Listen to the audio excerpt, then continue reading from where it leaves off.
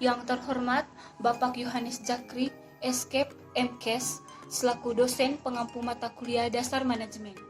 Perkenalkan, saya Meliana Nihing dari Fakultas Ilmu Kesehatan dan Pertanian, Prodi Sosial Ekonomi Pertanian, kelas 2020E. Baik, terima kasih. Pada kesempatan ini, saya akan memaparkan beberapa materi yang berkaitan dengan konsep organisasi dan konsep manajemen.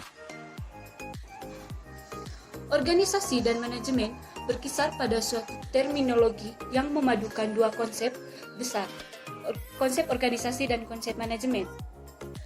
Baik organisasi maupun manajemen tidak dipandang secara eksklusif, melainkan diasumsikan merupakan dua konsep yang saling melengkapi satu sama lain.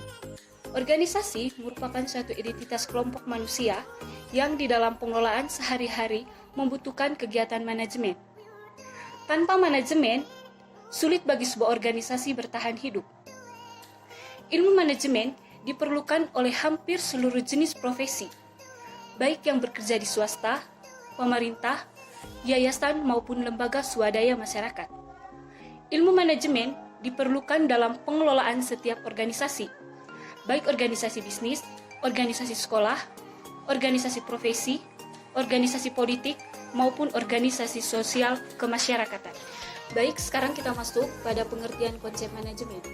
Kata manajemen mengambil kata mekanik dari bahasa Inggris yang berarti mengelola, mengatur, dan merencanakan. Secara garis besar, konsep manajemen memang mengajarkan tata kelola sebuah perusahaan sehingga segala aktivitas bisa terkontrol dengan baik.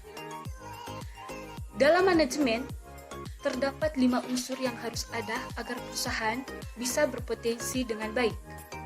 Kelima unsur tersebut antara lain tenaga kerja, bahan, mesin, waktu, dan keuangan.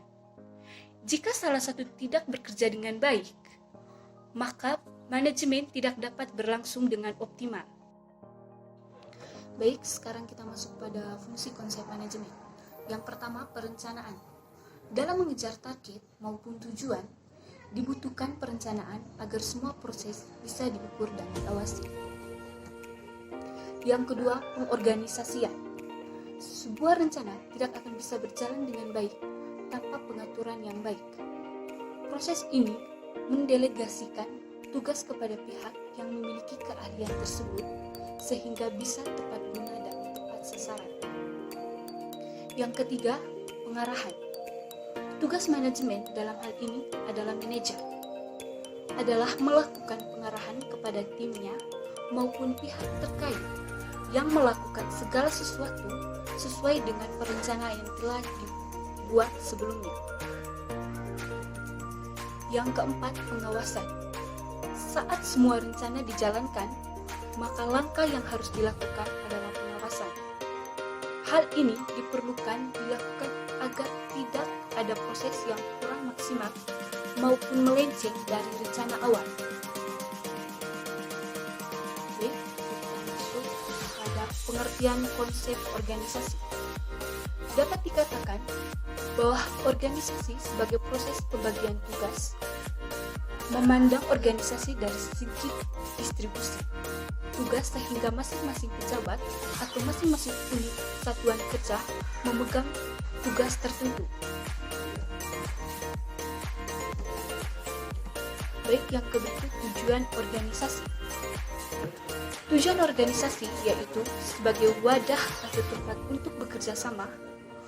Organisasi adalah merupakan suatu wadah atau tempat di mana orang-orang dapat bersama untuk mencapai suatu tujuan yang telah ditetapkan. Suatu organisasi selain merupakan tempat kerjasama, juga merupakan proses kerjasama sedikitnya antara dua orang. Dalam praktek, jika kerjasama tersebut dilakukan dengan banyak orang, maka organisasi itu disusun harus lebih sempurna. Dengan kata lain, proses kerjasama dilakukan dalam sebuah organisasi mempunyai kemungkinan untuk dilaksanakan dengan lebih baik. Hal ini berarti tanpa suatu organisasi, maka proses kerjasama itu hanya bersifat sementara, di mana hubungan antara kerjasama antara pihak-pihak bersangkutan kurang dapat diatur dengan sebaik-baiknya. Baik, dari beberapa materi yang sudah saya paparkan tadi, dapat disimpulkan bahwa konsep manajemen adalah sebagai proses perencanaan, pengorganisasian, penggerakan, dan pengendalian operasi organisasi untuk mencapai koordinasi sumber daya manusia. Dan konsep organisasi merupakan sarana untuk melakukan kerjasama antara orang-orang dalam rangka mencapai tujuan bersama.